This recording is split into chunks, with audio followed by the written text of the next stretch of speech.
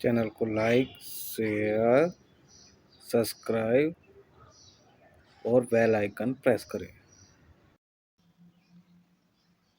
Hello dear, मैं गोविंद स्वागत करता हूं आपका एग्जाम क्लास चैनल पर। कैसे हैं दोस्तों? आज हम बात करते हैं पर्यावरण में पारिस्थितिकी।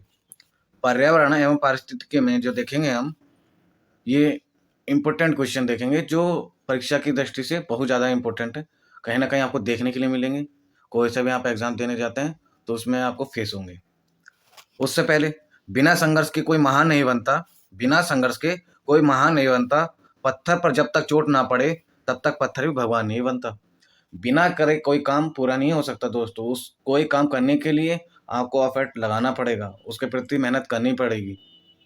ठीक है, उसके साथ हमें जो है दिन रात मेहनत करनी होगी बहुत अच्छा काम करने के लिए। अदरवाइज जैसे नॉर्मली करना चाहते तो उसके हिसाब से भी उसको नॉर्मली मेहनत चाहिए। यानी कि कुल मिला के ये है, बिना मेहनत के कोई भी चीज़ बहुत आसान नहीं होती है। उसी के साथ चलेंगे मेरे साथ क्वेश्चन की ओर। उससे पहले सेशन को लाइक, शेयर एंड सब्सक्राइब जरूर कर देंगे। तो चलिए चलते हैं क्वेश्चन की ओर। क्वेश्चन नंबर फर्स्ट देखेंगे, जैव विविधता के संदर्भ में निम्नलिखित में से कौन सा क्षेत्रफल हॉट स्पॉट माना जाता है? आंसर देंगे आप लोग। गुजरात, पूर्वी हिमालय, मध्य भारत या गंगा का मैदान? आंसर दीजिए दोस्तों। चलिए इसके सही आंसर की बात करते हैं। आप लोगों ने किया होगा, नहीं किया तो हम बता दे रहे हैं। बी आंसर हो जाएगा पूर्वी हिमालय। क्या हो जाएगा? पूर्वी हिमालय। ये क्वेश्चन ऐसा है, जितने भी आप एग्जाम देंगे उसमें इन्वायरमेंट पूछा है तो ये घुमा घुमा के आपको ऑप्शन इस तरह से रखते हैं कि आप उसको थोड़ा सा गड़बड़ कर ही बैठते हैं। क्यों कर बैठते हैं? क्योंकि पूर्वी हिमालय दिया है इसमें, यहाँ पर उन्होंने दे दिया पश्चिमी घाट। पश्चिमी घाट तब थोड़ा सा दिक्कत हो जाती है, क्योंकि पश्चिमी घाट भी जो है हॉट स्पॉट माना जाता है। इससे में आप देखेंगे। और जो पूछा जाता है सोडालैंड पूछा जाता है। क्या पूछा जाता है? सोडालैंड। और हॉट स्पॉट की बात करते हैं तो एक जो आता है म्यांमार भारत सीमा। क्या? म्यांमार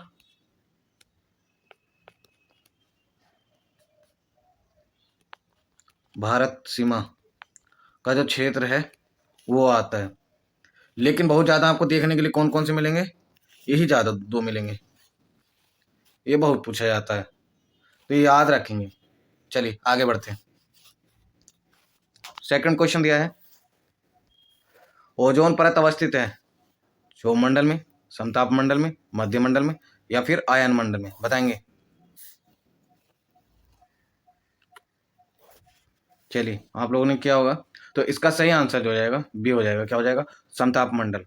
समताप मंडल में जो है ओजोन परत अवस्थित होती है। अगर जो हम टोटल इसमें पूछ ले जाएं आपसे कि ये मंडल, टोटल मंडलों की संख्या कितनी होती है, तो टोटल मंडलों की संख्या 5 होती है। जिसमें छोटी सी मैं आपको ट्रिक बता दे रहा हूँ, मुझे तो याद है लेकिन थोड़ा सा ऐसा हो जाता है जैसे किसी को याद नहीं तो उसको शुरू में याद करने में दिक्कत होती है। तो वो छोटी सी लाइन याद कर लेंगे ट्रिक के रूप में। ट्रिक किस तरीके की है?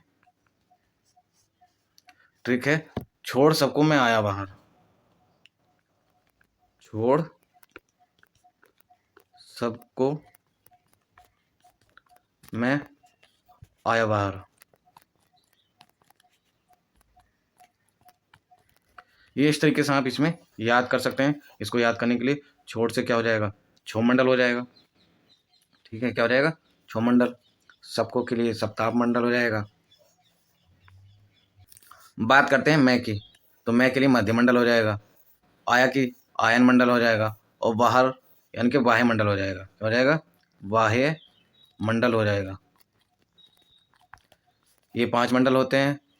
ओजोन परत की बात करते हैं तो ओजोन परत पृथ्वी से पूछ लिया जाता है कि पृथ्वी से ओजोन परत कहाँ कितने किलोमीटर तक पाई जाती है, तो 10 से 50 किलोमीटर ओजोन परत पाई जाती है। ओजोन परत हमें जो है किस चीज़ से फ़ायदा पहुंचाती है या किस चीज़ से हमारी सेफ्टी रखती है, तो ये जो है ओजोन परत हमारी जो सूर्य की हानिकारक परिवैंगनी जो किरणें होती हैं पृथ्वी पर उनको आने से रोकती है। ठीक है, ये चीज़ याद रखेंगे। चलिए आगे बढ़ते हैं। क्वेश्चन नंबर थर्ड, निम्नलिखित में से कौन सी गैस ओजोन परत के लिए ह्रास के लिए उत्तरदायी है? तो देखेंगे कौन सी है। Hydrogen sulphide, chlorofluorocarbon, nitrous oxide या सल्फर डाइऑक्साइड? आंसर देंगे आप लोग। चलिए, इसका सही आंसर जो बी हो जाएगा, क्या हो जाएगा? क्लोरोफ्लोरोकार्बन हो जाएगा। हम बात करते हैं क्लोरोफ्लोरोकार्बन जो है देखने के लिए कहाँ मिलती है, तो ये एयर कंडीशनरों में, ठीक है, स्पीकर्स में मिलती है, ब्लाइकों में भी मिलती है, और उद्योग में सूक्ष्म रूप में इसका भी प्रयोग किया जाता है। चलिए आगे बढ़ते हैं। क्वेश्चन नंबर 4 है आपके सामने। निम्नलिखित में से किस महाद्वीप में उष्णकटिबंधीय पर्णपाती वनों का विस्तार अधिक है? आंसर में बताएंगे। दक्षिणी अमेरिका, एशिया, यूरोप, ऑस्ट्रेलिया? जवाब दीजिए। इसका सही आंसर की बात करते हैं, बी हो जाएगा। क्या हो जाएगा? अगर जो इसमें हम बात करते हैं कि एशिया में सबसे ज़्यादा कहाँ पाए जाते हैं, तो एशिया में ये अपना भारत हो जाएगा, भारत। उसके बाद जो है म्यांमार भी हो जाएगा इसमें, म्यांमार, और थाईलैंड भी हो जाता है, और एक होता है इसमें दक्षिण पूर्वी एरिया, दक्षिणी पूर्वी एरिया इसमें भी देखने के लिए आपको मिलेंगे जो पेड़ होते हैं, दक्षिणी पूर्वी एरिया। ठीक है दोस्तों, और ये पर्णपाती वन होते कैसे हैं? ये पर्णपाती वन जो है ये इनको हम मानसूनी वन भी कहते हैं। क्या क्या कहते हैं? मानसूनी वन भी कहते हैं। और इनकी एक खासियत ये होती है, पूछा जाता है कि ऐसे कौन से वन हैं जो है वर्ष में एक बार पत्ते गिराते हैं, तो वो यही होते हैं। चलिए आगे बढ़ते हैं। क्वेश्चन नंबर 5 देखेंगे, दिया है भारत के निम्नलिखित में से कौन नगर वृक्षारोपण में विशिष्टता रखता है? गांधीनगर, विजयवाड़ा, विशाखापत्तनम या वालपराई? जवाब दीजिए। चलिए, तो इसका सही आंसर जो हो जाएगा वालपराई हो जाएगा। क्या हो जाएगा? वालपराई। वालपराई की बात करते हैं तो ये तमिलनाडु में पड़ता है, तमिलनाडु में ये पड़ता है। इसमें जो है वालपराई में एक खासियत यह है कि इसमें वृक्षारोपण की विशिष्टता को बहुत ज़्यादा ध्यान में रखा जाता है। ठीक है दोस्तों, चलिए आगे बढ़ते हैं। क्वेश्चन नंबर 6 जवाब देंगे, दिया है कुल भौगोलिक क्षेत्रफल के संदर्भ में वनों का उत्तम प्रतिशत मिलता है। उत्तम, सर्वोत्तम, सबसे ज़्यादा बताइएगा। आंसर में देना है अरुणाचल प्रदेश, त्रिपुरा, सिक्किम में या फिर मिजोरम में?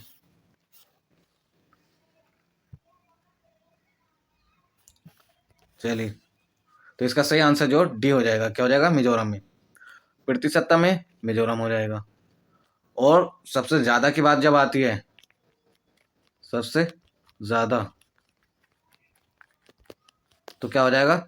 एमपी, मध्य प्रदेश। ठीक है, चलिए आगे बढ़ेंगे। क्वेश्चन नंबर 7 आपके सामने है, देखेंगे निम्नलिखित में से कौन सा राष्ट्रीय उद्यान छत्तीसगढ़ में है? जवाब दीजिए। अंशी राष्ट्रीय उद्यान, बेटला राष्ट्रीय उद्यान, इंद्रावती राष्ट्रीय उद्यान, गुग्गा मल राष्ट्रीय उद्यान?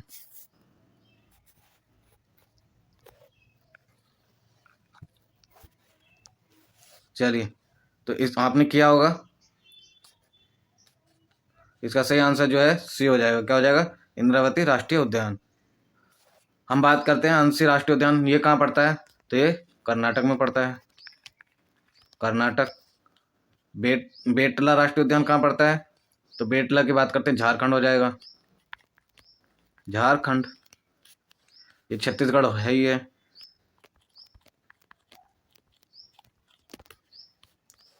वो गोगामल की बात करते हैं, ये महाराष्ट्र में पड़ जाता है। चलिए आगे बढ़ते हैं। निम्नलिखित में से कौन वायु प्रदूषक सर्वाधिक हानिकारक है? सर्वाधिक की बात हो रही है, देखिए दोस्तों। ठीक है, तो आंसर देंगे hydrogen sulphide, carbon dioxide, carbon monoxide या फिर ओजोन? जवाब दीजिए। इसका सही आंसर हो जाएगा सी, कार्बन मोनोऑक्साइड। इसको CO भी बोलते हैं। ठीक, इसकी बात करते हैं कि हानिकारक कितनी है, सर्वाधिक हानिकारक की बात की जा रही है। तो ये जो है एक गैस के रूप में होती है, और जब ये गैस के रूप में होती है तो ये हमारे जो है हीमोग्लोबिन से जुड़कर कार्बोक्सी हीमोग्लोबिन बनाती है। जब कार्बोक्सी हीमोग्लोबिन बनाती है, इसकी जो अधिकता 50% से ज़्यादा हो जाती है। तो 50% से ज़्यादा होने के बाद जो है ऑक्सीजन में हमको लेने में कमी आती है, श्वास नली के द्वारा। जब सांस नली के द्वारा हमको ऑक्सीजन लेने में कमी आएगी, उससे क्या होगा, इससे इंसान की मृत्यु हो सकती है। ये इतनी खतरनाक है। चलिए आगे बढ़ते हैं। क्वेश्चन नंबर 9 देखेंगे। दिया है अधूरे प्रज्वलन। अच्छा, प्रज्वलन थोड़ा सा इस तरह से भी लिख सकते हैं, और ये थोड़ा ये सही तो ऐसे होता है, प्रज्वलन के कारण मोटर कार एवं सिगरेट से निकलने वाली रंगीन गैस है। आंसर बताना है आपको। Nitrous oxide, carbon dioxide, carbon monoxide या फिर मीथेन। जवाब दीजिए।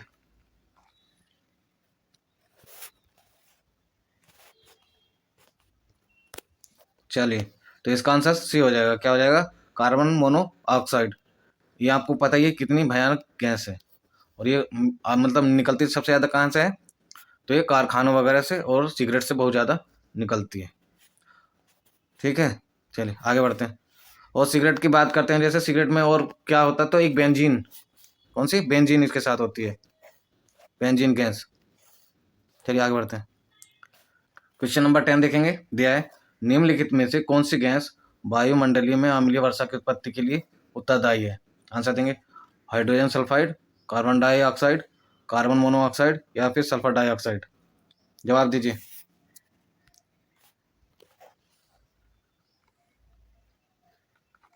चलिए, सही आंसर की बात करते हैं, तो इसका सल्फर डाइऑक्साइड हो जाएगा, यानी कि सी। सल्फर डाइऑक्साइड, ये दो गैसें होती हैं, सल्फर डाइऑक्साइड होती है, और दूसरे की बात करते हैं तो नाइट्रस ऑक्साइड। कौन सी? नाइट्रस ऑक्साइड, नाइट्रस ऑक्साइड ये। ठीक है, स्पेस नहीं है। सल्फर डाइऑक्साइड और नाइट्रस ऑक्साइड, ये दोनों जो गैसें क्या करती हैं, ये ऊपर उठ करके बादलों का जो जल होता है, बादल जल से क्रिया करती हैं। बादलों से जल से क्रिया करने के बाद ये एक क्या करते हैं, सल्फ्यूरिक अम्ल में बदल जाती हैं। ये सल्फर डाइऑक्साइड सल्फ्यूरिक अम्ल में बदल जाती है, और नाइट्रस ऑक्साइड जो है नाइट्रिक अम्ल में बदल जाती है। और बदलने के बाद जो पृथ्वी पर वर्षा करा देती हैं, जिसको हम नाम दिया जाता है अम्लीय वर्षा या फिर एसिड रेन। तो दोस्तों, कैसा लगा आज का आपको सेशन? आई होप अच्छा लगा होगा। अच्छा लगा तो सेशन को लाइक, शेयर एंड सब्सक्राइब जरूर कर देंगे। वीडियो देखने के लिए बहुत बहुत धन्यवाद।